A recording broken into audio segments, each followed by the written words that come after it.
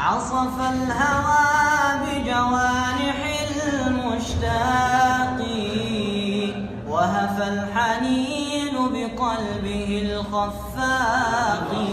ما يفعل القلب الطروب إذا الهوى بلغ القرار وجال في الأعماق.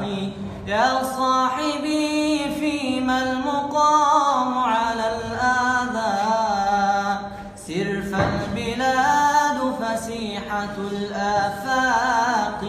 ماذا تظن بنا المدائن والقرى؟